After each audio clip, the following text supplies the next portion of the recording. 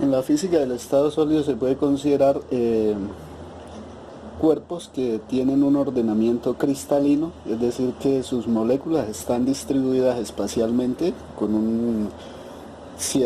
una cierta periodicidad geométrica. Por ejemplo, aquí vamos a asumir la más simple, que es un ordenamiento cúbico simple, es decir, que cada uno de los átomos o moléculas que conforman, en este caso, un material metálico, van a estar ubicadas en los vértices de un cubo. Bueno, supongamos que esto fuera un trozo de metal cilíndrico de cobre, por decir algo, y que sus moléculas estuvieran ordenadas así, como con un ordenamiento cúbico simple. Entonces, vamos a suponer lo siguiente: si el cuerpo estuviera a 0 Kelvin, el ordenamiento sería perfecto. Ahora, en la medida en que se empiece a subir la temperatura por encima del 0 Kelvin, entonces, ¿qué va a pasar con estas moléculas? Ellas van a empezar a vibrar, ¿sí? Y en la medida en que se aumente la temperatura, ellas van a tener una mayor agitación térmica, es decir, van a estar oscilando alrededor de un punto de equilibrio. Vamos a suponer, por ejemplo, que estas moléculas, bueno, las fuerzas eléctricas vamos a cambiarlas aquí simplemente por mera simplicidad, como si fuesen resortes que están uniendo. Digamos, esta molécula está unida con un resorte, esta está unida con un resorte aquí, y sucesivamente todas están entre ellas unidas mediante resortes. ¿Qué pasa si yo, por ejemplo, si todas están unidas mediante resortes aquí y yo muevo esta, la muevo hacia acá y luego la suelto? Ya va a empezar a oscilar, pero como está conectada con las demás, les va a empezar a transmitir esa cantidad de movimiento a todas. Bueno, así nos vamos a imaginar de una manera simplificada el comportamiento interno de un material metálico. Ahora vamos a suponer lo siguiente: supongamos que está inicialmente el metal a 0 Kelvin, o sea, todos los átomos o moléculas que lo componen van a estar allí muy bien ordenadas. Pero ahora yo voy a disparar un electrón, lo puedo conseguir, puedo acelerar ese electrón mediante la aplicación de un campo eléctrico en esta región y soltando el electrón por acá. Y digamos que el electrón entra aquí al metal y pega en esta molécula del metal. Entonces, ¿qué va a pasar con la molécula? Ella va a recibir una cantidad de movimiento que le va a imprimir un movimiento a ella, una cantidad de movimiento. Entonces ella va a empezar a oscilar y luego esa oscilación pues va a compartirla con sus vecinos por los enlaces moleculares que tiene. En este caso nos estamos imaginando que esos enlaces moleculares los vamos a representar con resortes, simplemente para tener un ejemplo mecánico de lo que sucede y de una manera muy simple. Bueno, el electrón pierde parte de su energía aquí y luego de chocar viene hacia acá, hace lo mismo, aquí también le genera un poco de oscilación, luego rebota hacia acá, hacia acá, hacia acá, hacia acá. Es decir que si vemos esa trayectoria quebrada, ¿eso qué significa? Que el electrón sufrió varios cambios en su velocidad a causa de los choques que sufrió con las diferentes moléculas o átomos que encontró dentro del material metálico, ¿sí? Esa dificultad que él tiene para pasar va a estar asociada a lo que luego denominaremos la resistencia eléctrica, es decir, una medida de cuánto se resiste el material a que un electrón pase a través de él. Bueno, por otra parte, vamos a decir, bueno, ya dijimos que la velocidad cambia, ¿no? Entonces una velocidad cambiante, pero nosotros no vamos a poder saber cuánto cambió y bueno, y además tampoco sería muy práctico cuánto cambió la velocidad cada que el electrón pasó de un punto al otro, de un punto de red al otro, entre un choque y otro.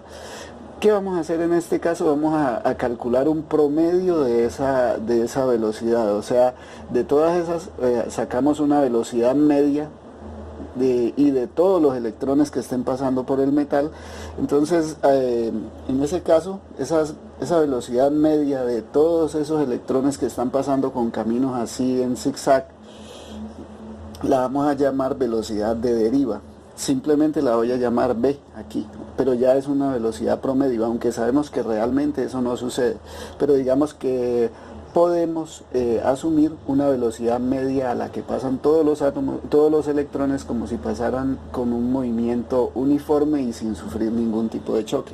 Bueno, van a haber unos cuantos pocos que pasan sin encontrar ninguna, digamos, que pase por aquí en medio, pero van a ser casos muy aislados.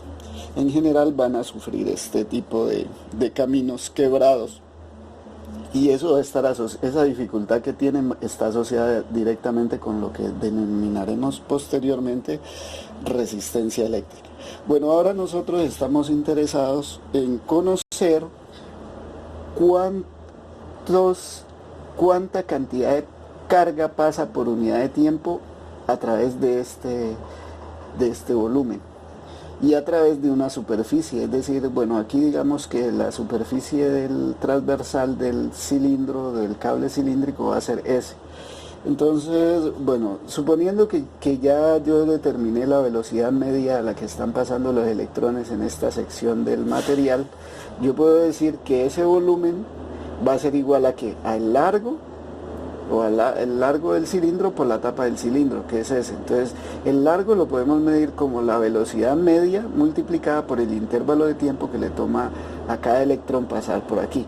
Entonces yo puedo decir que el volumen que está contenido aquí en esta sección del cable va a ser igual a B, que es la velocidad de deriva de los electrones, multiplicada por el intervalo de tiempo multiplicada por la sección transversal S. Es decir, esto es lo que vamos a llamar el elemento de volumen.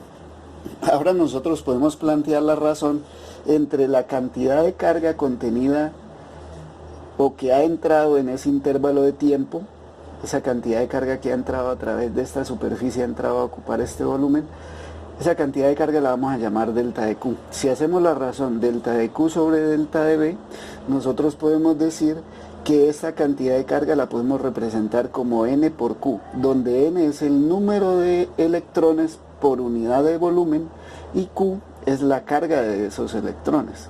A esto es lo que denominamos normalmente una densidad de carga volumétrica. Bueno, y a esta razón es la que nosotros, bueno, luego la vamos a reacomodar, como vamos a hacer acá en este momento. Bueno, voy a expresar lo siguiente. Delta de Q la puedo expresar como N por Q por delta de B, donde delta de B va a ser el volumen de esta sección.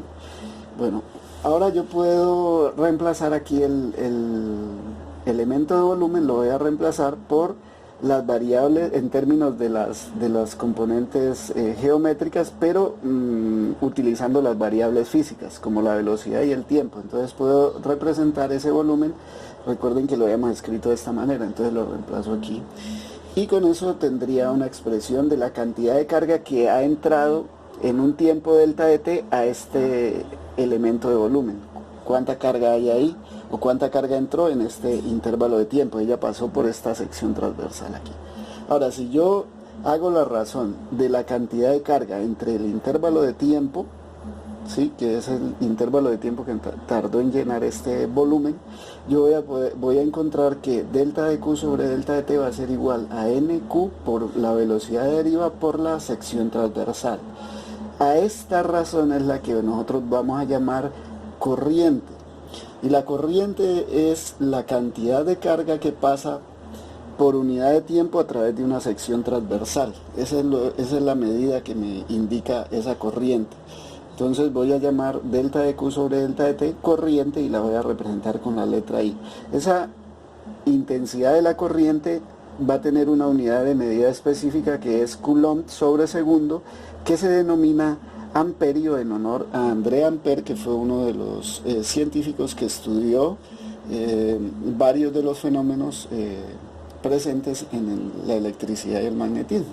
Entonces, bueno, ya tenemos que la corriente la podemos expresar como delta de Q sobre delta de T, y esa a su vez la podemos expresar como N, es el número de cargas por unidad de volumen por la cantidad, por la carga, el valor de la carga, en este caso la carga de un electrón, por la velocidad media a la que pasan los electrones a través del metal y por la superficie de la sección transversal del material que está conduciendo. En este caso pues sería la tapa de un cilindro, porque el material aquí estamos diciendo que sea cilíndrico. Ahora, a esta cantidad NQ por B la vamos a llamar densidad de corriente, es decir, que otra manera de representar la corriente es multiplicar la densidad de corriente por la sección transversal del material conductor. Esta densidad de corriente nos la vamos a encontrar más adelante en algunos otros sistemas que estudiemos, de ahí que es importante tenerla presente. Bueno, aquí vamos a tener una velocidad media, pero si nosotros queremos tener la velocidad instantánea, pues simplemente hacemos el paso al límite de esta razón de cambio. Y vamos a hacer entonces la intensidad de la corriente o corriente instantánea sería el límite cuando delta de t tiende a ser 0 de delta de q sobre delta de t, cual me convierte esto en una derivada. Es decir, que yo puedo expresar la corriente instantánea como dq de t. O sea que si a mí me preguntan qué es la corriente y yo digo dq de t, la respuesta es correcta. Y ese dq de t pues tiene unidades de ampere o amperios. Bueno, algo que también aprovecho para mencionar en este momento es lo siguiente, que en la medida en que los electrones van pasando y van chocando con los diferentes átomos o moléculas del material, van generando que ellos empiecen a oscilar cada vez con mayor ímpetu. ¿Y eso qué provoca? Ese aumento en la vibración interna de ellos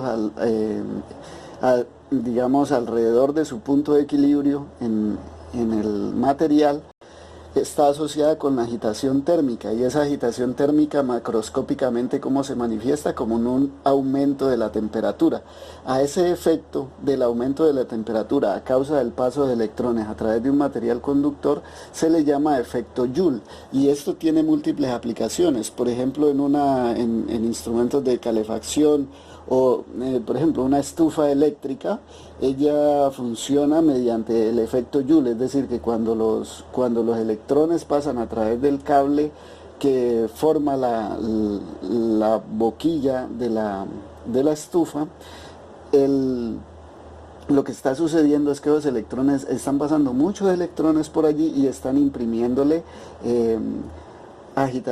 movimiento alrededor, cada vez más movimiento oscilatorio a los átomos o moléculas constituyentes del metal de la parrilla, y eso hace que ella empiece a aumentar su temperatura, ¿sí?